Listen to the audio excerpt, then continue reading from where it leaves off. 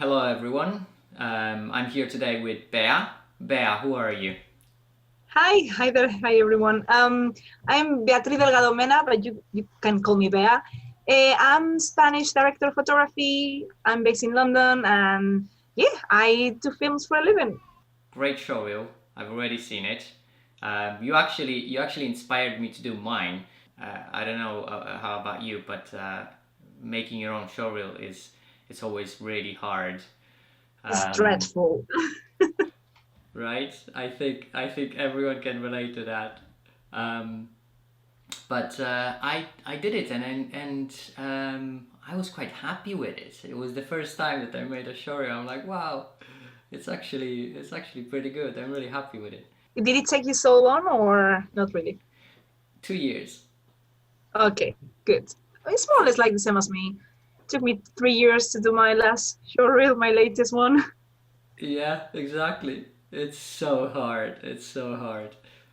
Um, Bea, can tell us something about tell us a little bit about you. So, where are you from?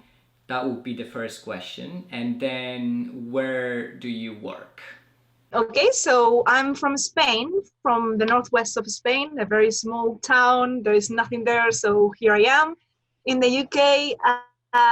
I live in London, and I mostly work in London and surroundings, but I do travel for work, as most of us do, I guess. And yeah, at the moment I'm here. I don't know where I'm gonna be in the future, but at the moment I'm here. I've been here for almost 6 years. 6 years and a half in the UK and 5 years and a half in London. And since then, I've been working on this, on media and film industry. And yes, it's going good. I've always known you as a DOP.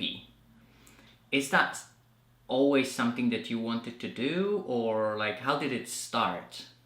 Not at all, actually. Like the reason what I'm at the moment and right now, and I want to be behind the camera working as cinematographer is because I once wanted to be an actress when I was small, when I was a little one. I used to do theater and stuff. But it's very hard to be an actor, right? And more if you're for a small hometown in the middle of Spain. So that's why I decided to study film to do like Tom Cruise, but the same way around. So instead of starting, in this case, as actress, I will start behind the camera and then jump in front of the camera. So Tom Cruise did the opposite, started as actor and now he's working as producer and stuff like that. The problem is that once I got into uh, film well, and I was there behind the camera, I enjoyed so much that I decided to stay there. And obviously, occasionally, I would love to, to act a little bit in small neighborhood theater play.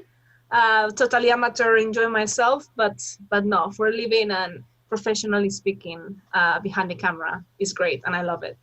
What I found really interesting about you is that you are not a videographer.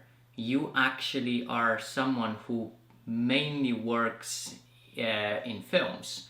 Can you tell us like how many? Do you have a number? Like how many short films and how many feature films? At the moment, it's for feature films. We were gonna do one this last December, but then budgets like funding fell through, so it had to be postponed. And now with all this madness of coronavirus, who knows, right? But yeah, like I mean, yeah, I used to be videographer. I used to work more as videographer, working on events and little promo videos, corporate stuff. And it's been only in the last couple of years where most of the stuff and the work I do is as the director of photography. But I started as director of photography before. But obviously, this is a learning process. You never stop learning. So it's been more like a more gradual process or evolution from videography to actual cinematography, where you have to deal with kind of biggish crews, and you are leading lighting and camera and working with nice big toys and all that stuff. But obviously, like I mean, I'm still in the process to go further and further, and yeah, here we are. Let's talk a little bit about when you started. So you mentioned that you did work as a videographer, and I remember, I think when I first met you, I remember that you were working quite a lot in fashion, and I also I think we've got quite a lot of that on your showreel as well. Can you tell us a little bit what was that world like? How did you find clients? Like how did you find those kind of jobs? In my case, it was a weird route because when I first came to London, I was thinking to myself, well, I take pictures of everyone, but no one takes pictures of me. And I discovered this world of Purple Port and other websites where there is a amateur and kind of professional fashion photographers that ask for people to model for them. So I offered myself to finally have a nice picture of myself. And that's how I started meeting like actual fashion photographers. They knew that I was more related with their job. So they started calling me to work with them alone, and they will take pictures while I was doing video. And that will be like a lot of different photographers in a lot of different like shoots. It started becoming more professional. I ended up in Paris and London Fashion Weeks in both places for 2-3 years. It's a weird place and it's a weird world. I personally don't feel very linked emotionally to this world. Like, I think it's quite hard world, and it's totally different to film world. For instance, in fashion, if you have a commercial, or if you work in a shoot, in a fashion shoot, the photographer will be the boss of everything. So they will be the sole director of it all, and kind of like everyone else, kind of like seems a little bit more like minions. Obviously, it's a cooperative and nice teamwork. Everyone contributes, but there is a pure one leader. Whereas in the film industry, the leadership is way more spread around the departments. There is always, people that are leading some part of it. So yeah, I don't know, like fashion is definitely a beautiful world to be creative, build aesthetics, styles. You can go mental with effects, you can experiment a lot. There is beautiful fashion commercials out there. But I've seen in some places, I've seen kind of models suffering a little bit. Some places, in other ones, everyone is having an amazing time. But yeah, I mean, I would like to work more on this, but my heart is more in, I think it's more in fiction and drama. And what was that a gradual process? Like when did you know that that's what you really wanted to do, and why? Why do you like films so much? What do you like about it? The reason why I'm behind the camera was always because I wanted to work in film industry. I know that commercials are cool. There's a lot of money on that. Fashion is really creative. It's beautiful. Music videos as well. But I really enjoy looking at actors performing. That might be because I used to be an actor, amateur actor years ago. But I really enjoy like the magic that suddenly appears between 2 or 3 characters in a specific moment. That's gold for me.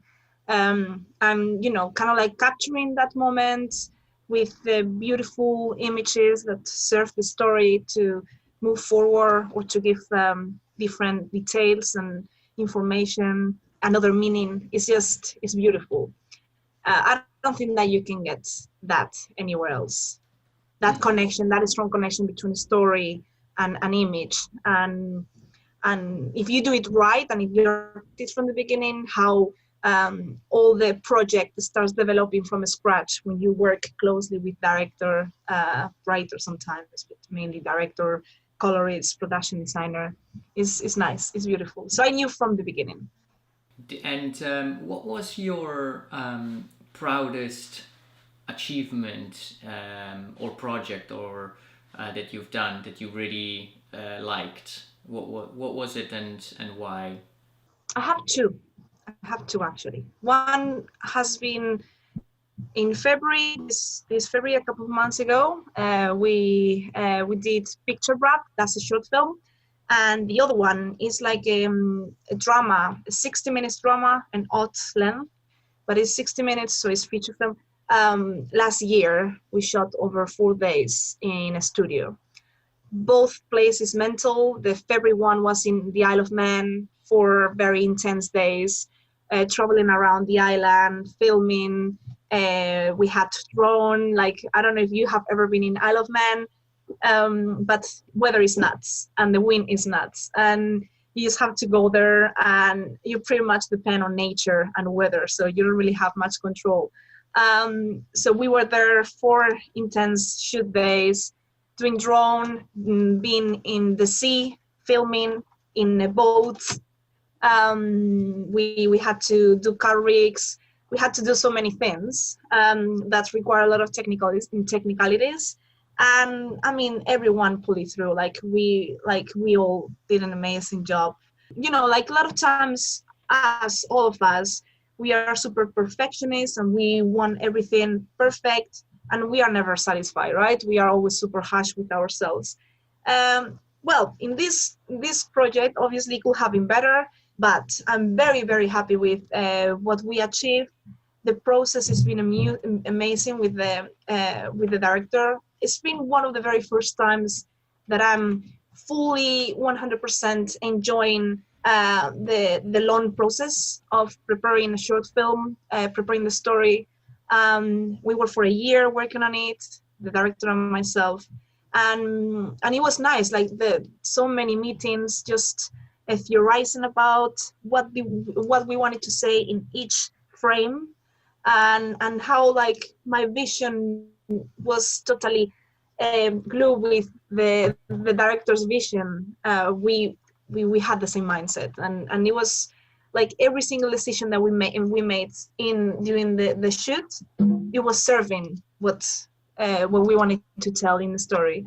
And I don't know, that's goal. That's great. Like it's been great. I'm looking forward to seeing it. It's called Losing Grace. And talking about the other one is a totally different project, 60 minutes, working with non-actors for charity, working with professional and non-actors, and a very, very dramatic story. Well, Losing Grace as well, but this one was a true story about domestic violence within the travelers community. So all these travelers who are usually, discriminated, they have the big problem of domestic violence, and women cannot really face that because that's their culture, have those rights. And if you report it, you are an outcast within your community. You are kind of like pushed out. And we did this project, 60 minutes.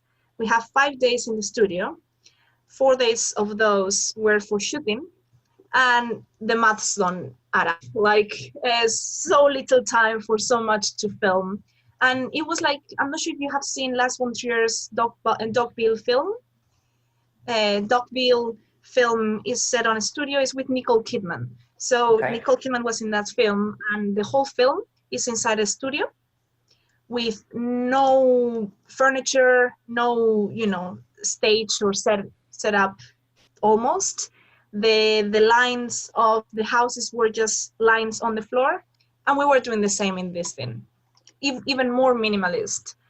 So what happens there is all lighting. You need to create all the moods.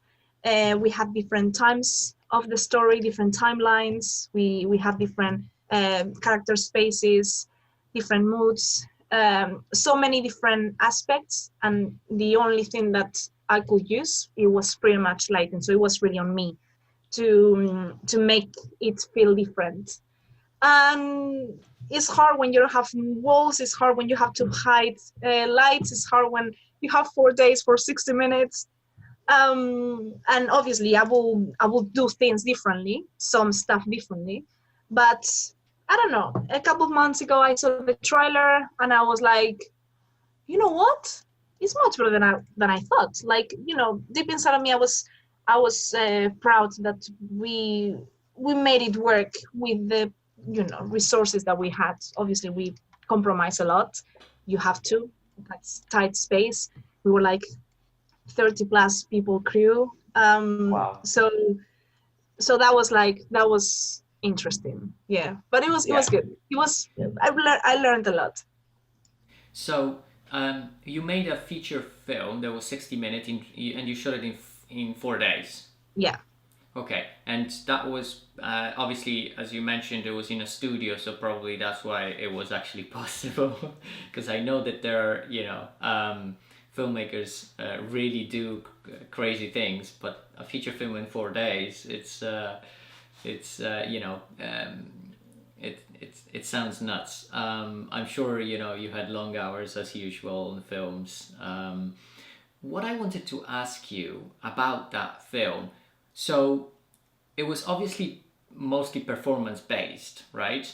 But also, can you tell me a little bit more about lighting? Because if I'm not wrong, lighting is the most important thing that a DOP looks at, right? So, how did you like? You already mentioned that you worked a lot in lighting. How did you make that lighting serve the story? Give us some examples. Does that make sense? We had like, because we didn't have any kind of daylight or natural light, everything was indoors, and a studio. We had different parts of the story that we had spring, we have summer, we have night, we have day, we have winter, and then we had emotional moments. So we could work with the realistic approach, but in some moments it was a very theatrical approach. So it was like suddenly it was obvious that the light was changing because the characters' mood were getting more tense, and the scene was violent or whatever. So in this case, we went for quite bright setups in like happy, or like the happy part of the story, which is the beginning, and then we went more and more for harsh key and low key lighting, like harsh shadows, more moody in that sense, and usually cooler tones, but just in some moments. In some moments, I was working a lot with tungsten film, warm light, but quite harsh. So I was maybe not bouncing lights, or I was not using a lot of frames, or I was using quite a lot of frames and book lights, which is like bouncing a light and then putting a frame in front. But I don't know, like we had so many setups that I don't know where to start. Yeah, of course, of course. But yeah, it was pretty much like I had to take into account the movement of the actors around the space, as well as the mood, as well as the logistics of how much the camera is going to be moving and where can I set up the lights without being seen. We had a grid on the top, so we put a lot of tungsten lights on the top with grids. So we had like a very nice soft white light on the top in all the grid on the top. But then I was working a lot with lights on stands. I wanted to go back a little bit on the other film that you mentioned that you were very proud of, Losing Grace, because I know the producer of that film, that is Liz. Yeah, Liz. I know. Yes, you know her. Okay. Oh yes, I just realized. Yes. Yeah, I know Liz quite well. And I know that story is a lot based in obviously her experience, and she really cared about that film. She really wanted to make that film. Liz is an actress, and actually she dabbled in as a producer in this case. But what I wanted to ask you, because you mentioned that your vision really, you really connected with the film, and you worked really well with the director. Can you tell me a little bit about the relationship between the director and the DOP, how to make it work best? It's tricky because, like, as director of photography, you first of all you receive the script, and you don't always love it, but you see the potential. So a lot of times you like the story and you think that it can be way better on film, and I think that that's the minimum that you have to have. But obviously you can like the script and you can love the script. With Losing Grace's script, what happened is like I just love it straight away. Like I was like, it doesn't need more, it doesn't need less. It's spot on regarding like how well the simple scenes were picturing what was happening in the story. A lot of problems with short films that I see when I receive scripts is like there is too much dialogue, too many scenes, and you don't really give space to the actual visual telling, audiovisual telling, the potential of actually filmmaking.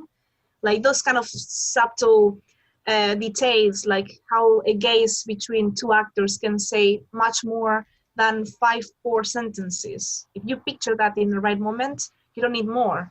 And I find that a lot of writers or a lot of directors, they want to tell more, but they actually are not helping the story, in my opinion. In this case, with Losing Grace, I just loved it from the beginning. So that was a very, very good start point with Athena, who's the director. We talk a lot about life in general. Like for me, that's I don't know. I get to have an emotional link with people I work with. Obviously, it's work, but like if I can call them colleagues or have a pint of beer with them, that's great. Because you're gonna be working closely with those people. And with Athena was great. Most of the directors I work with are amazing, and I loved working with them. Athena is one of them. And if I don't have that kind of like, if I don't like the director as a person, it's hard for me to work with that person. I'm not even sure if I really will work with that person. Not for a second time. Maybe like you realize that you don't like someone when you're working with that person. But for me, like when I say yes to a project and when I say yes to a director, is because it's not just the story of what I like, but I feel that there is some kind of good chemistry, good vibe with the people I get involved with, and that's a must. With Athena was great. We started talking a lot about the story itself, about films that we liked, about what kind of images we want to bring, and then it was like little by little talking about having these conversations and working with the script in front of us, analyzing each scene, that we started building how we wanted to say, how we wanted to tell the story. That was the plan. Then we went to the shoot, and it escalated way better. Like we had planned a lot of shots, a lot of takes. I was setting up the camera. We were having a wide shot. I was looking at the actors. I think I was looking at the actors, and I was like, I don't need a close-up. I don't need anything else. I love the fact that she's going out of frame. We don't want to know where she's going. It's part of how the character is stuck in this space. And suddenly, everything started working because we had those conversations in this last year about, how the characters are trapped in this island, what this island means to those characters.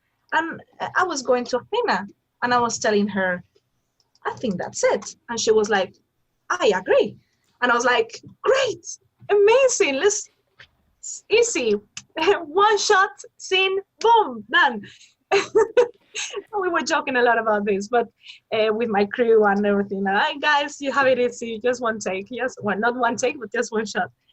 But like when you have that kind of those kind of conversations, and when you see that the director really feels it, that the director really knows what is doing and what they want to express, it just flows. It flows, and then on set, it's just even better. It's beautiful because it's magic. Yeah, and I really connect to what you said. For example, I love the moment of being on set. That's the most creative part. I really, all my creativity gets triggered. The context, the location really triggers how, especially if you've got a really good location, as you said, and it serves the story. and it makes a beautiful picture, then, you know, in this case, a wide shot, that's all you need. So how many days did you shoot that? How many days did you shoot that film in? It was 4 days shooting days, full ones, and then the first day we were for the whole day, just some of us, not doing location scout because I have been already in the island in September to look for locations, but to perfectly locked the places where we were gonna be working, and I was doing that with Athena.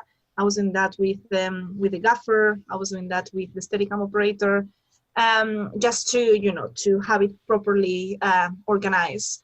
And so yeah, it was like 5 days, 4 days film, and one day kind of like pre-production, very last organization stuff.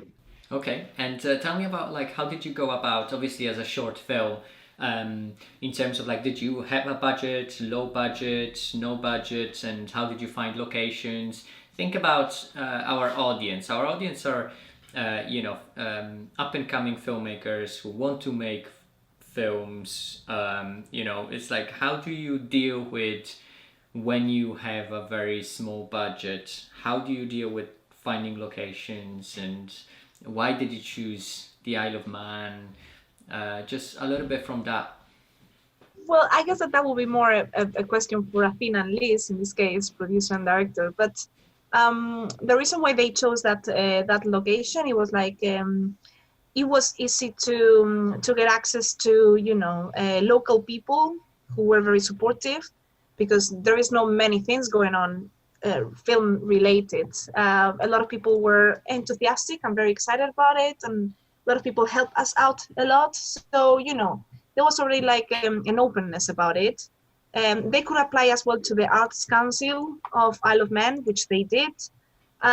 So, you know, like sometimes when you go to a specific place which is not London, it's either Midlands. Last year I did another great short film, Keep Breathing, with amazing people, and we shot it in Midlands. And one of the reasons why we shot it in Midlands as well is because they could get BFI Midlands grant into the scheme. So sometimes if you choose a specific counties or regions of the country, you might have it easier to get a little bit of funding from public entities than if you do everything in London, because in London there's so many competition, and, you know, BFI and other BAFTA and other organizations, they want the production to spread a little bit more so that more people have more opportunities.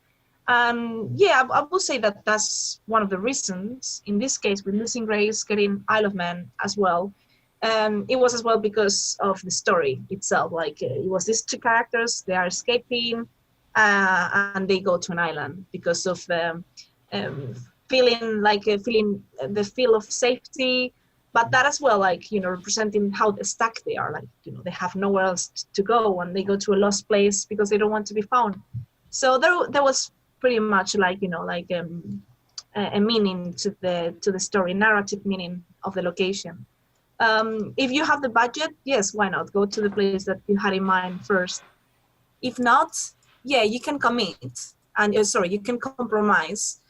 However, like, I will say that locations are very important, and a lot of people just tend to forget about it.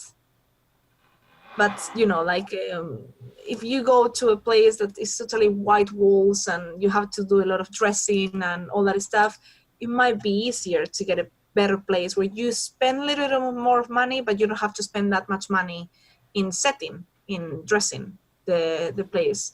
So, you know, like, there is different approaches, different ways of doing stuff. I don't know, it depends on the projects that people have in mind. Of course.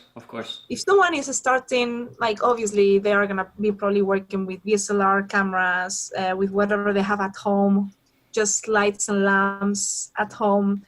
And I would say that that's the best, you know, the best start point to learn and to, you know, to challenge yourself. So yeah. Yeah. And what camera did you use for this project, Losing Grace? for this one was the Alexa Mini. And I work for the first time with Cook's anamorphics. So I worked with Cook's lenses before, but not the anamorphics. I really liked it. Beautiful, beautiful, very nice. But we had as well Carrick and Steadicam. We had a Steadicam operator. We have tracks, dolly, drones, and yeah, it was nice. It was good. And what about the other film that we discussed in the one in the studio? What did you use there? I mostly use Alexa Mini. So the one last year, Keep Breathing, we did in Midlands. That was Alexa Mini as well with Super Spitz Mark II, I think. I don't remember. Then the one of last year, the 60 Minutes Drama, which is Never Going to Beat You, in the studio. That one, I was Alexa Mini and Cook's S4, I think. Yeah, there's been like, I tend to use more ARRI than Red. Reds, I hardly ever use it, just maybe a couple of times.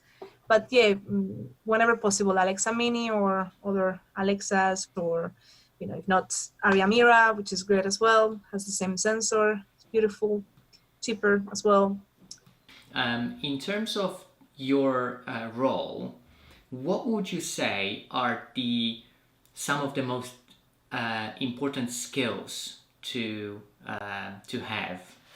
I think if you're able to listen, it's actually quite good. Like, I mean, people wouldn't really think about it, but what I feel like when I used to assist and when I work in other sets, like years back, sometimes I notice like big egos on sets between heads of department clashing and you know, not very nice environment. And I think that, you know, on film, everyone is there to make the most of it and to make it worth it and to make it a nice story and a nice project. So a lot of times, even though you think that you are right, it's good or interesting to step back and never take for granted that you are right. Even if you have a very, very specific vision, like listen to others, because what you don't want to do is to end up patronizing or condescending people on sets. And it's hard sometimes because, I mean, like sometimes you just try to explain things to someone and you're like, oh my God, am I being patronizing? I didn't want to be patronizing. Did I sound patronizing? Oh, English, damn. Yeah, I think that if you approach it from a humble position, then you understand that, and you will realize that a lot of people have amazing ideas. If you are there to listen to them, you're gonna make it better. Don't be like, I will say, don't be scared of not knowing something. Okay. Because a lot of times I don't know stuff. A lot of times I'm just like, oh my God, what do I do here? And I just tell my crew, like, it's like, oh, I don't know what the hell I'm doing here. I think I'm gonna try with this, and this. And a lot of times, my focus puller or whoever, even the second NC or, you know, Spark is like, yeah, have you thought of this? It's like, I hadn't thought of that, but it's an amazing idea. Thank you. And we talk it through, and I want, you know, I would say I like to, that's my personal approach. I like to make people who are around me feel part of it, you know, rather than being just minions doing there for, you know, just the technical stuff. If there is a little bit of emotional involvement within the crew, with everyone around you, the people you are leading in your departments, I think that that's a way better atmosphere, because people feel involved and people feel that they had something to give to the project. So yeah, I will say that, like a humble approach, listen to what other people have to say, and don't take for granted that you are right. If someone wants to get jobs like you as a DOP on feature films or higher end short films, what's the best way of doing it? Where do you look for work? It's tricky. It's a long process. Like there is no one single thing that has given me a job, but more like a group of things that I've been doing over the years that has made me be in the place that I'm right now. In my case, I started with shootingpeople.com. Is it .com or .co.uk? I don't know. .com, I think. Yeah, shootingpeople.com. I looked as well in mandy.com. So there's like different like websites. For film, I would say that these two can work if you are still starting up. Shooting People could be a good starting point. If you have a little more of experience and you work in corporate and stuff like that, mandy.com is good. And Facebook. Facebook is great. It's an amazing tool. There is a lot of Facebook groups on there, like just try Film Europe, Film UK Network, UK Films, you name it. Like just try out different words on the search bar, and then you will find that there is like a lot of groups, and a lot of people post their jobs. It's a good way to connect with people. So yeah, those three are like the places where you could find jobs in low budget, mid budget stuff. About working in Hollywood or in high end stuff, I don't know. Give me the number because I'm looking for it. I'm pretty sure we'll see you there very soon. What are some essential professional qualifications that you absolutely need to have in order to be a DOP? Or are there any? Like, what if, if someone wants to become a DOP, you need to develop some sort of skills. What would you suggest people to do? Okay, there is like personal growth and professional growth. Like in terms of, is there any kind of qualification or is there any kind of degree at university, schools, film schools, whatever, that are around and can give you a job? Nothing. There's nothing there that can guarantee or, tell you that you're going to get a job. And no one asks you. You go out there to the film industry, no one is going to ask what are the qualifications you have. It's going to be more like if they like you as a person and if they like your work, great. Now, talking about personal growth, everything is good to be a DP. I know DPs that has studied economics. I know DPs that have studied narrative, literature. I know DPs that come from a science background. And I know DPs that they have never, stepped on at university ever. However, they all share a passion for photography, well, for image, right? If you watch a lot of films, probably you get the idea of the trends and how can you experiment and how things are done. However, in my case, I did a study. I studied journalism, which I first finished. I studied film studies, and then a master's degree in directing film, not cinematography. I never studied cinematography, actually. Okay. What these degrees can give you is a way to analyze filmmaking, a way to analyze more in a deeper level, right? More you get the meanings of different aspects of filmmaking. You have it in sound, you have it in edit, you have it. There's a lot of subtle details that make a film worth. And if you're aware of that, and if you're capable to analyze and see through more than just the image in a film, that's gonna serve way more the story. And that's why what any director or any production will want from you, not just a technical person who knows how to set up the camera. You have camera assistants for them, but as well, like the deeper connection between image, sound, set design, everything involved, edit, you name it. And that's something that maybe studying a degree can help you with, but you can do it without studying a degree. So it's up to you. For me, I will say like, okay, if you can afford to study at university, do it. Because it's not just great for learning, but it's an amazing place to gather and meet people, and hey, parties. That's great as well. But you can do it as well on your own. Or there is like amazing tools on the internet, tutorials, books in the library, courses, small courses. There is so many options right now. For me, I really like university and I wouldn't change it for anything. But I know that I'm not there just because of university. I'm here right now because of a lot of things. Yeah. I have a very similar view in the sense that universities became much more expensive now, so it's very important to really think it through. But I think having 3 years at a university, it gives you exactly what you said. It gives you that theory background, and at the same time it puts you in a position of you have to practice because you've got assignments, so you have to do things.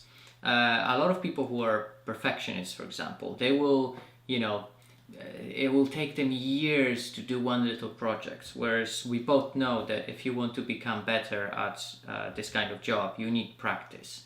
There's nothing, there's no shortcut. You need a lot of practice. That's why probably, at the beginning, you do your own short films, or you work for free. You just want as much practice as possible.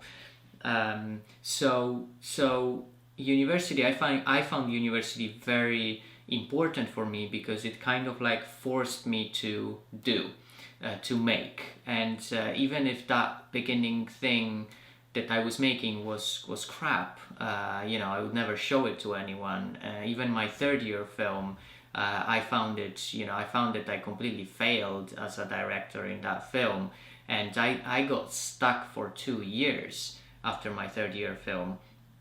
I couldn't make anything because it was it felt so bad. But then luckily I found a way out of it, and it was a little bit in a way killing the ego, what you mentioned.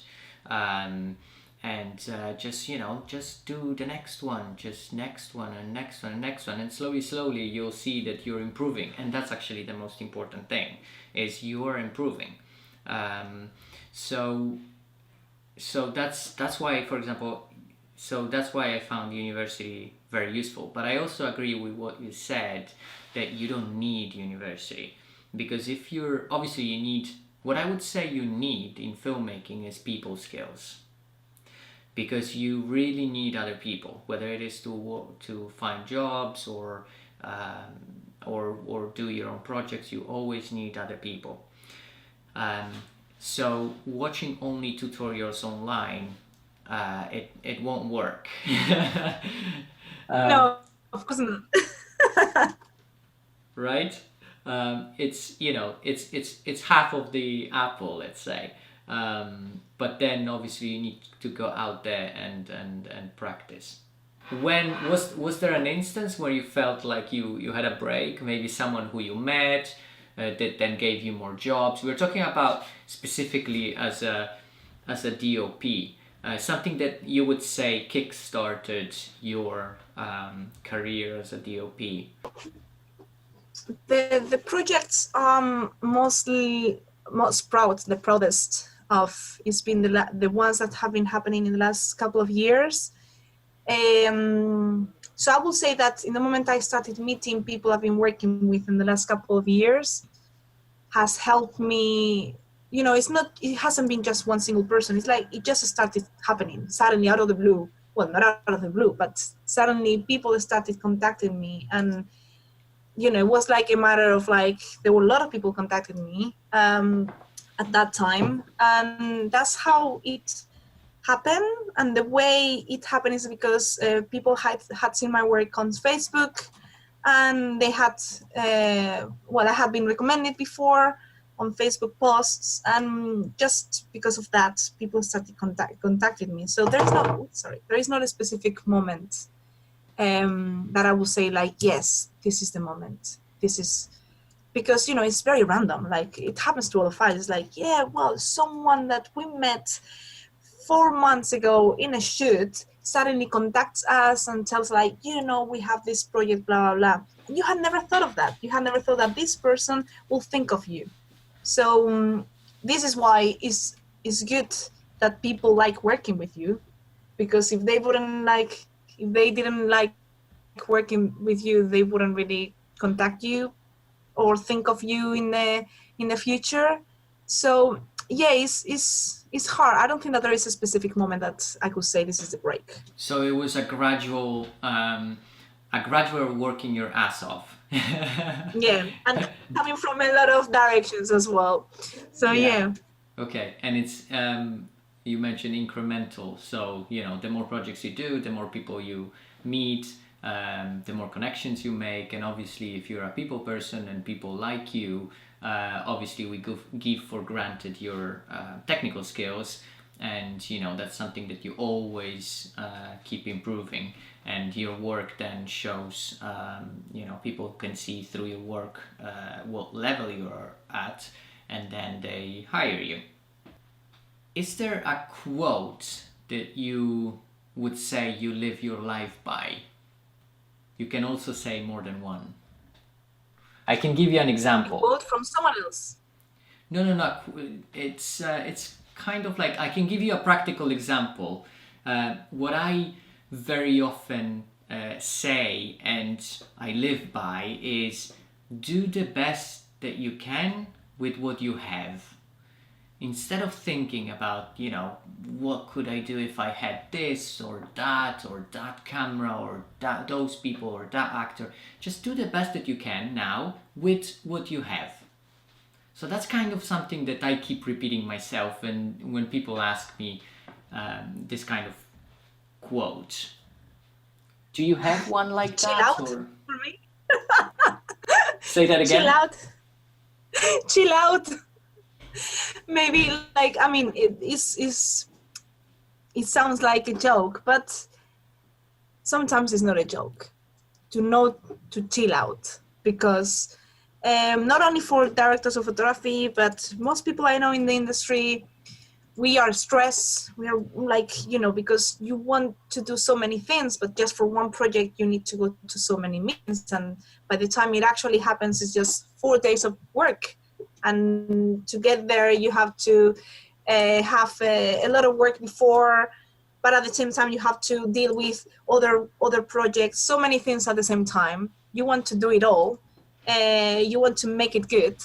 And sometimes you just feel so stressed that it's like, oh my God, am I enjoying this? Or is it becoming too much? This kind of search for jobs, or this kind of preparation of all these projects. And I have to remind myself to chill out, to no matter how much work you have, try to take a step back and try to relax for a moment, have a deep breath and say okay, it's fine if we are now not in a good position, or if we are very stressed, too much jobs, too few jobs. Just chill, because it will become better. Things will get better. That's what everyone is posting right now. Things will get better. Do you have some sort of techniques, or do you do meditation, or for when you get? I love reading. I read in Spanish just so that I don't forget my mother tongue, which looks like a joke, but it's not. I like reading. It makes me, stay away from the phone. I try to. I'm much better now. I used to be all the time on social media, on the phone. Now I'm way more relaxed. I'm just I'm learning to come back to my my origins, or everyone's origins, where you are here in this moment. Try to be here in this moment. Try to forget about all the social media, the phones, the notifications, this, that. Just stay in the moment. I don't do meditation because I fall asleep. My boyfriend has tried me to do meditation, but yeah, it's not working. And I do like painting as well. I'm kind of coming back to my old hobbies, my old interests. When I was a kid and when I was a teenager, I was all the time singing, dancing, reading, and painting. And now I'm trying to come back a little bit to that, to remind me that we are more than machines to work. We are people who just want to be happy. So it's just good to try to not stress so much. And things that keep you in the moment is always helpful to stay away from that, internet world, that other atmosphere, other platform, whatever you want to call it, where our mind is all the time rushing and we have to do this, we have to do that, we have to do this email, send this and this message, blah, blah. It's stressful. So I don't know. If you can find something that relaxes you, away from emails and all that stuff, then I would say go for it. What are your top 3 films? That was my question. That really inspired you, maybe in your work as a DOP, or that you, I don't know, take inspiration from? There is so many styles out there that is interesting. As soon as you see a film, you realize, oh, really, I want to do the stuff like in this film, or I really like the use of lighting that they've done in this film, blah, blah. And then you see something else, you watch something else, and you change. It's like, oh, this one is very good as well. I'm very bad at remembering names or at remembering specific things. I just watch a film, I kind of like assimilate it, and it's like, okay, I really liked it. I can say that one of the last things I've been watching is the series Hannibal Lecter. So Hannibal, it's in Netflix actually. So it's three seasons. It's very creative because it's quite artistic. The use of images and the use of edit to give another aspect of dream and different layers, psychological layers of the characters. I found very interesting the use of images and visual effects and visual resources to create different feelings. So I really like that series because of that. It was very interesting. Kind of like, an odd style or look is quite, not a shy one, it's quite there on your face. And it was interesting because of that. I will say that a lot of current films are like have styles that I really feel connected to. And you can see there is a trend in cinematography regarding that. If you compare films that are done nowadays with films that were done like 20 years ago, you can feel the differences in the look. Now everything is way darker. If you notice, way darker. I think there is more play with shadows. The grade as well has I think it's darker. Like when you see like a lot of films in the 70s and in the 80s and conversations, they were like light everywhere, and it's fine and we accept it. It's very studio look. But it's fine. We see the old films in the 60s as well, like in color, and there is lights everywhere.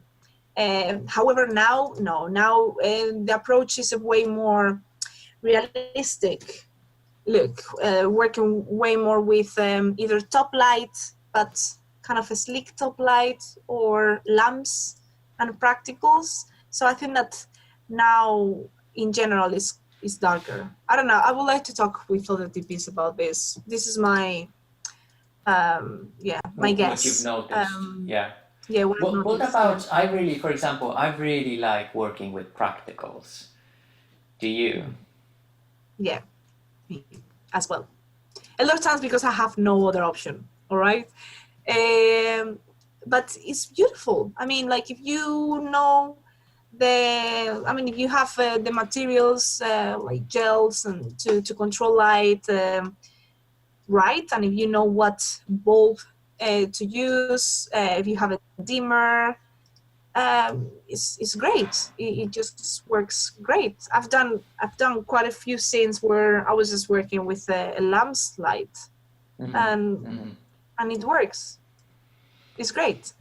Yeah. Just sometimes it's kind of hard because it's very bright and it's worse. Like it's harder to control if you have the right shade of the lamp or stuff like that. But in general, it can work very well. What I really want to ask you is about the TV series Casa de Papel. I just finished today, like 1 hour ago, the very last season. Okay.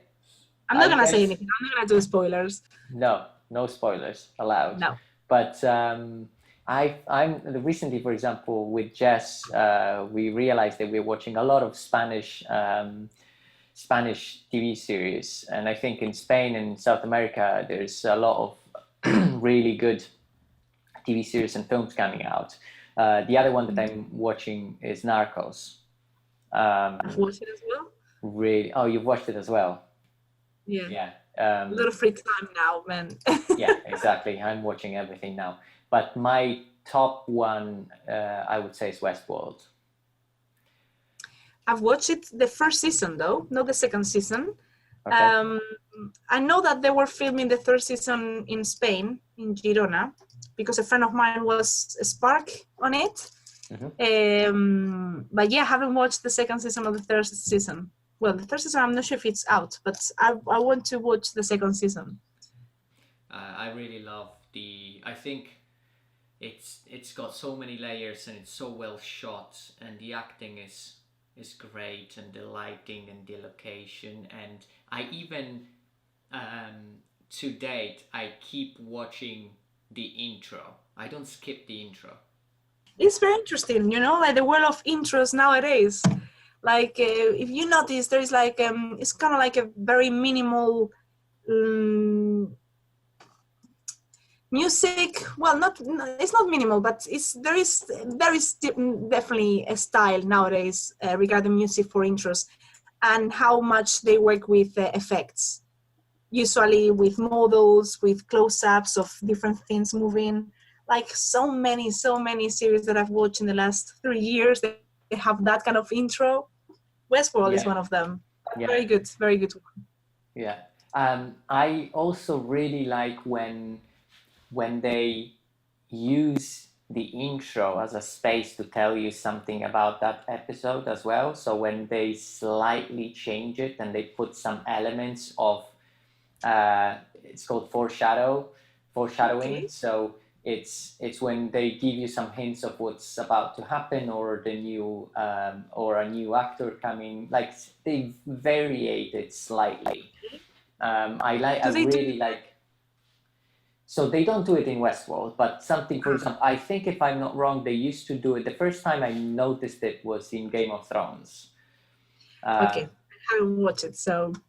When an episode was more concentrated in Winterfell or somewhere else, they would show in the intro more of that kind of like citadel or. So every intro was slightly different. I like that. It's very creative, and you're using the intro for the storytelling as well. What do you think about this kind of like change in our filmmaking industry and the amount of TV series that's being done now? I mean, for us, if there is more production, it's great because more work for us. But on the other side, I think that there is certain stories that they don't get to be told on series.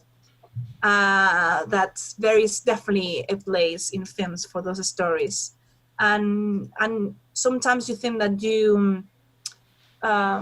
you get deeper in how much you know a character in a series because you are more time with them, but a lot of times it's just serving more a narrative, a fast-paced narrative where they want to keep you there for the next episode, and like a little bit more like commercial approach to storytelling, right? You need to keep the audience for the next episode, and you need to make it interesting. So a lot of times certain stories don't have this kind of, buzz that you just need to keep on watching. And I would say that mostly in social issues and this kind of stuff, they don't really make the cut into series as much. So we should be careful with how much series we actually support, because it might actually be harmful for the amount of films that are produced, and they're very important to talk about issues and stuff that happens in the world, and that they need to be told as well. And I think that they need to be told in fiction as well as documentary, but in fiction as well. So yeah, like that's on one side. On the other side is as well this kind of fast food feeling, that you finish one series, there is so many things in the market. As soon as you start watching a series, there is already someone, a friend of a family member or whoever, who tells you, have you watched this? And this kind of constant feeling of, oh, I'm not watching it, I'm not part of it. Is it good? I need to watch it. And like, depending on who you are, you can get quite obsessive with the series. So in the end of the day, it's like, are you really, really enjoying the series, or you're watching one after the other, after the other, after the other, because you need to watch them all, and because they are there online. So I think that the relationship has changed with series. I still remember when back in the days, you used to watch a series on TV, and you had the chapter every Monday or every Tuesday, and you had to wait 1 week for the next one. And it was great, that kind of excitement. Now you have it all at this moment. You don't value it. You don't get excited as much as you used to. So you binge watch I don't know. I'm a little bit of a nostalgic in that. Yeah. In that respect, that's how Westworld gets released once a week. So it's on Sunday. So then you watch it once a week. But my brother, for example, is waiting for it to finish so that he can watch them all one after the other. So I guess it's every person likes it in a different way. What about cinema? Do you still go to the cinema? And what was, for example, the last film that you watched at the cinema? Do you like going to the cinema? I think that the last film was at the cinema in 1917, was it? It was right before, I think it was right before going to the shoot in Losing Grace in February. Then all this madness happened, and it's all like on the air.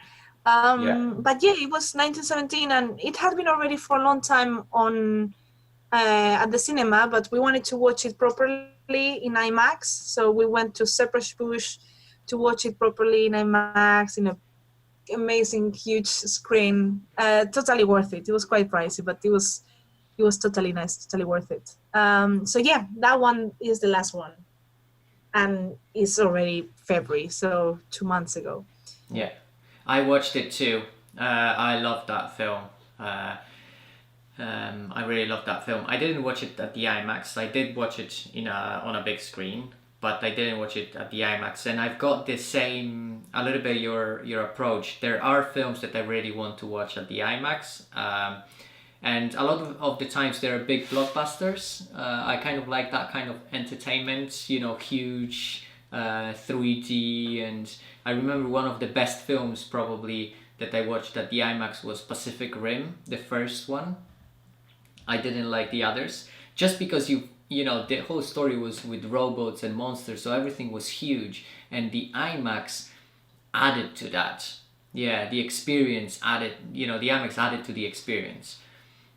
So there are definitely, like The Lord of the Rings, for example. The Hobbit. I watched The Hobbit at the IMAX as well. I think watching it in your bed on a laptop is it's okay, but you could make it better. Totally. Finish this phrase for me. Life as a DOP is Unpredictable. Unpredictable. Yeah. Brilliant. Okay, nice. Thank you very much, Bea, for your time. Yeah, you're welcome, Piotr. Okay. All the best. Say Thanks hi a to lot. Jess. I will. Thanks a lot. Take care. Okay. Bye. Bye bye.